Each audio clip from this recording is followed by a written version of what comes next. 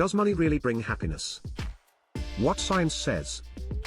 The question of whether money brings happiness has accompanied mankind for centuries. In a society where consumption and economic success are seen as symbols of well-being, it is not strange to wonder to what extent wealth really influences our emotional state. Science has studied this relationship in depth, and the results are more nuanced than we might imagine. Money does help. But only up to a point. Research in psychology and economics, such as that of Daniel Kahneman and Angus Deaton, Nobel Prize in Economics, shows that having more income improves quality of life, but only up to a certain level. Covering basic needs, food, housing, health and safety, has a clear impact on happiness. However, above a certain income threshold, the curve flattens. Having more money does not always translate into greater satisfaction, but rather into a transient sensation that soon adjusts to a new normal level. This phenomenon is known as hedonic adaptation. We quickly get used to luxuries, and they stop giving us the same joy. What really matters about money? Studies agree that money can increase happiness if used strategically. Invest in experiences. Trips, concerts or group activities tend to generate more lasting memories than the purchase of material objects. Research by Thomas Gilovich, Cornell University, found that experiences generate more positive and lasting memories than objects, which quickly depreciate in emotional value. Saving to reduce stress. Having a financial cushion reduces anxiety related to unforeseen events. Spending on others.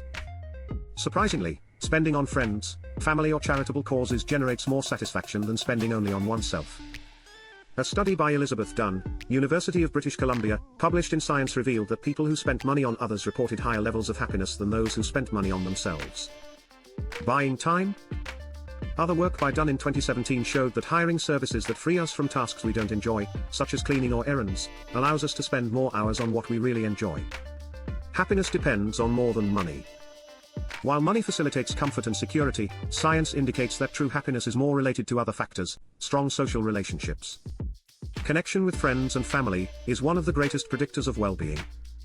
Physical and mental health. Taking care of your body and mind directly impacts your mood. Life purpose.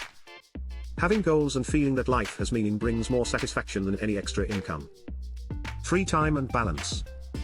A large bank account loses value if there is no room for enjoyment. A famous 2010 study by Daniel Kahneman and Angus Deaton at Princeton University looked at more than 450,000 people in the United States.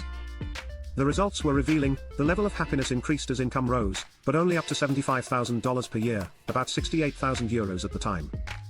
From that point on, more money did not generate more daily happiness, although it did generate greater satisfaction with life in the long run. Long-term research suggests that money is only one piece of the puzzle.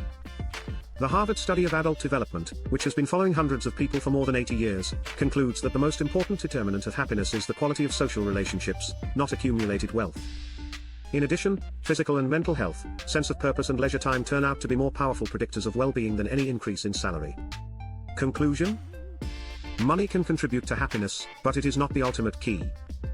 Its greatest value lies in guaranteeing stability and freedom to choose how we want to live.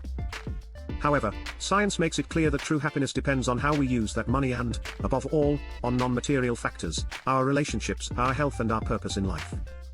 In short, money helps, but happiness can never be bought, it is built. Thank you for watching the video.